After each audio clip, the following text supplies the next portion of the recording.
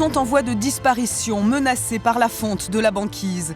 Les ours blancs, ils sont encore 20 000 aujourd'hui, mais privés de leur habitat et de leur nourriture, les ours polaires seront bientôt en voie d'extinction, première victime des changements climatiques.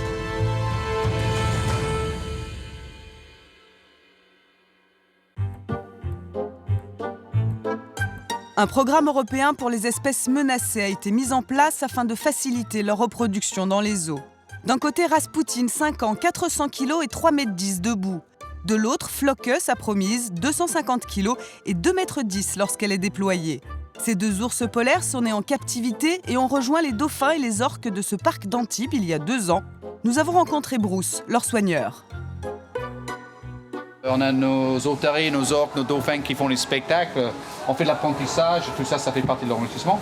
Ça, c'est le jouet. C'est une salle de jeu pour eux. Pour que ces ours blancs puissent être en bonne santé sous le climat de la Côte d'Azur, le parc a dû investir dans des équipements spécifiques. Salle climatisée à 14 degrés, espace grotte avec 7 tonnes de glace et piscine réfrigérée. L'ours polaire est parfaitement capable de s'adapter à la vie d'Antibes. Parfois, on les voit en train de se bronzer en plein été à 35 degrés sans problème. Mais quand même, ils aiment bien se mettre dans la neige. C'est quelque chose d'indispensable quand même. Il faut dire les choses comme ils sont. La neige, c'est vraiment le principal élément de nos amis les ours polaires. Poulet, poisson, gras de bœuf et fruits, les animaux sont nourris selon leurs besoins. Madame peut avaler 8 kg de viande par jour et monsieur jusqu'à 18 kg. Et ils ne sont jamais en contact avec les humains, et pour cause. C'est-à-dire que c'est quand même le plus grand de l'un des prédateurs qui existe. Voilà. Donc, c'est un prédateur terrestre phénoménal, très costaud, très grand. On va dire que c'est parmi les plus grands sur la planète. Malgré que Flocke et Rasputin nés dans les parcs zoologiques, donc pas de problème là-dessus, mais ça reste quand même des prédateurs. C'est quand même des carnivores, ce sont des animaux très grands, donc ils sont très dangereux. C'est des animaux très costauds. Vous avez peur de vous faire manger ? Carrément, je crois que oui. Flocke et Rasputin bénéficient d'un espace de plus de 2000 m² divisé en 3 zones. L'idée est que ces deux ours puissent rapidement se reproduire, une façon de participer à la sauvegarde de l'espèce. C'est un animal que dans l'état sauvage est en difficulté, avec surtout le réchauffement de la planète. C'est un animal qui est en difficulté pas parce qu'il souffre à cause du chaleur, mais c'est le chaleur qui est en train d'éliminer son environnement. Et donc forcément, c'est un animal qui a plus en plus de mal à fonctionner, à creuser dans la neige pour faire la tanière, pour que la femelle accouche, trouver les banquises où il y a des phoques pour qu'ils mangent correctement. La vie d'un ours polaire est quelque chose qui est très très compliqué. Notre but, c'est la reproduction. Ce qu'on fait avec Rasputin et Flocke, c'est de les habituer à un à l'autre. Ils s'entendent très bien. Et puis bien entendu, ils ont des périodes où ils ne se voient plus, comme en ce moment. C'est quelque chose qui se passe dans l'état sauvage. Vers le printemps, ils vont se retrouver. Et puis ils vont commencer de vouloir faire des bébés.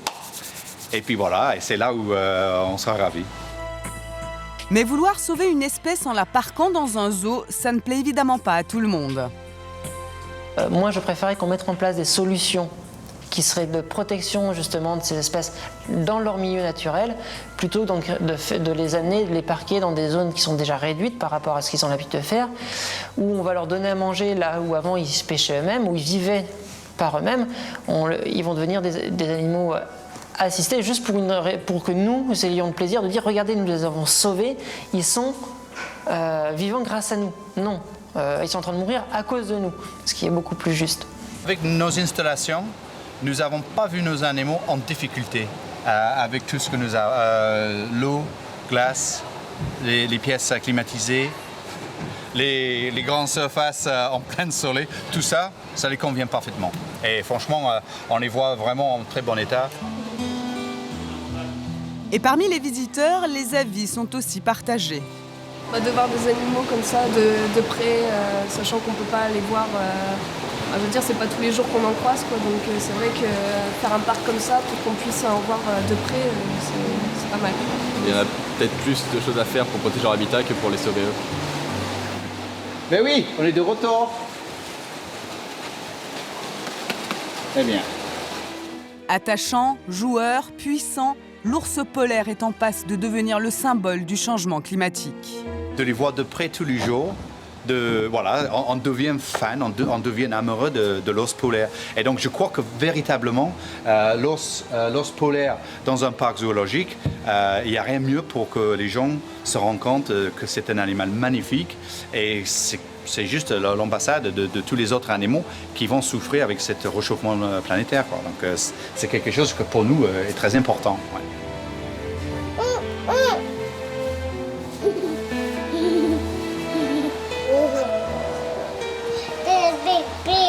There's a big bear.